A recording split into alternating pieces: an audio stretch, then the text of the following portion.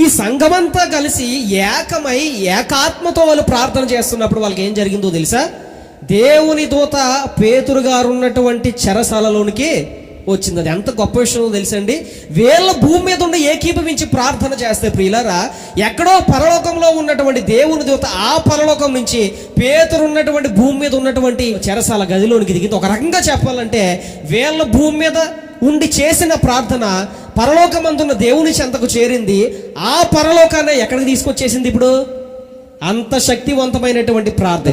ఈరోజు ప్రియులారా, సంఘంలో ఉన్నటువంటి మనము ఒకరి అవసరతల నిమిత్తము ఒకరు ప్రార్థన చేసుకుని, ఒకరు చేయి పట్టుకుని, ఒకరి కొరకు ఒకరు దేవుణ్ణి వేడుకుంటే ఆ రోజు ఆ పరలోకాన్ని ఎలాగ భూమి మీదకి దించిందో సంఘం చేసినటువంటి ప్రార్థన, ఈరోజు ఏకాత్మతో ఐక్యత కలిగి మనందరము మన అవసరతల నిమిత్తం ప్రార్థన చేస్తే ప్రియులారా, ఖచ్చితంగా అదే మహిమ, దేవుని మహిమ భూమి మీదకే డెఫినెట్గా దిగుతుంది. ఖచ్చితంగా ఆయన కార్యాలు చేయలేని దేవుడైతే కాదు. కొన్ని విషయాల్లో ప్రియులారా, ప్రార్థన చేసే విషయాల్లో ఒక సంగతి చెప్తున్నాను, బాగా గమనించండి. మనము ఒక అవసరత కోసం ప్రార్థన చేస్తాం. చాలా జాగ్రత్తగా గమనించాలి ఈ మాట. మనము కొన్ని అవసరతల కోసం ప్రార్థన చేస్తాం.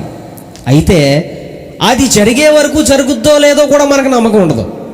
అర్థమైందండి? ఇప్పుడు ఒక సంఘం అంతా కూడి ఉపవాస ప్రార్థనలు పెట్టుకున్నారంట వర్షాల కోసం. మీ అందరికీ తెలుసు కదా, విన్నారా? చిన్నప్పటి నుంచి వింటూనే వస్తున్నారే కదా. ఒక సంఘం అంతా కలిసి ఉపవాస ప్రార్థనలు పెట్టుకున్నారంట వర్షాలు రావాలని చెప్పి. వారు అనుకున్నది ఏంటంటే, ఈ 3 రోజులు ఉపవాస ప్రార్థనలు అయిన వెంటనే వర్షం రావాలని చెప్పి ప్రార్థన పెట్టుకున్నారంట.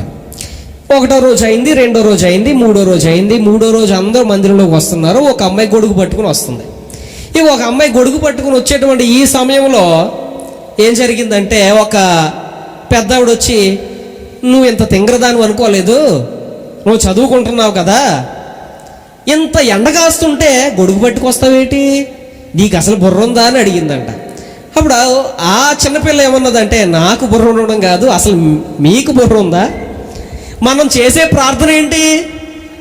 వర్షాలు 3 రోజుల నుంచి కింద మీద పడి ప్రార్థన చేస్తున్నాం. ఎందుకని? వర్షాలు పడాలి, వర్షాలు పడాలి, వర్షాలు పడాలని. మరి 3వ రోజు అయిపోయింది. మరి 3వ రోజు అయిపోతే ఇప్పుడు ఇంటికి వెళ్ళేటప్పుడు దేవుడు వర్షాన్ని ఇస్తాడు కదా. అంటే ప్రార్థన ఎలా చేస్తున్నారు? వీరు ఉపవాసం ప్రార్థన చేస్తున్నారు, కానీ చేసే ప్రార్థన మీద ఏం లేదు, వీళ్ళకి నమ్మకం లేదు, విశ్వాసం లేదు.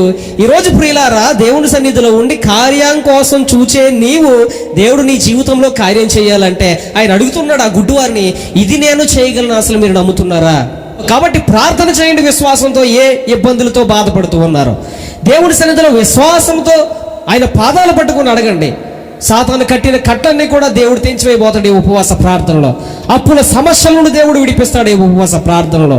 కుటుంబంలో జరుగుతున్నటువంటి కలతలను, కన్నీళ్లను, సమస్యలను ఎప్పుడు దేవుడు తీరుస్తారు? విశ్వాసముతో మనము ప్రార్థన చేసినప్పుడు. ఈ విశ్వాసము లేనంతసేపు కూడా ప్రియులారా, మన జీవితాల్లో కార్యాలు జరగవు. కాబట్టి ఈ సంఘటన ద్వారా మీ అందరికీ తెలియచేసే విషయం ఏంటంటే, ప్రార్థన చేస్తున్నారు ఒక 24 అవర్స్ నుంచి. ఈ ప్రార్థన చేసే ఈ అవసరతలు మన జీవితంలో తీర్చబడాలంటే దేవుడే తీరుస్తాడని గుర్తించాలి. ఆయన్ను వెంబడించే వారిగా ఉండాలి, ఆయనకే ప్రార్థన చేసేవారిగా ఉండాలి. ప్రప్రథమంగా విశ్వాస హృదయం మనలో ఉండాలి. కాబట్టి శిష్యులు అడుగుతారు, ప్రభువా మా విశ్వాసాన్ని ఏం చెయ్యి? వృద్ధి పొందించు, మా విశ్వాసాన్ని అభివృద్ధి చేయి ప్రభు అని చెప్పి దేవుణ్ణి అడుగుతారు.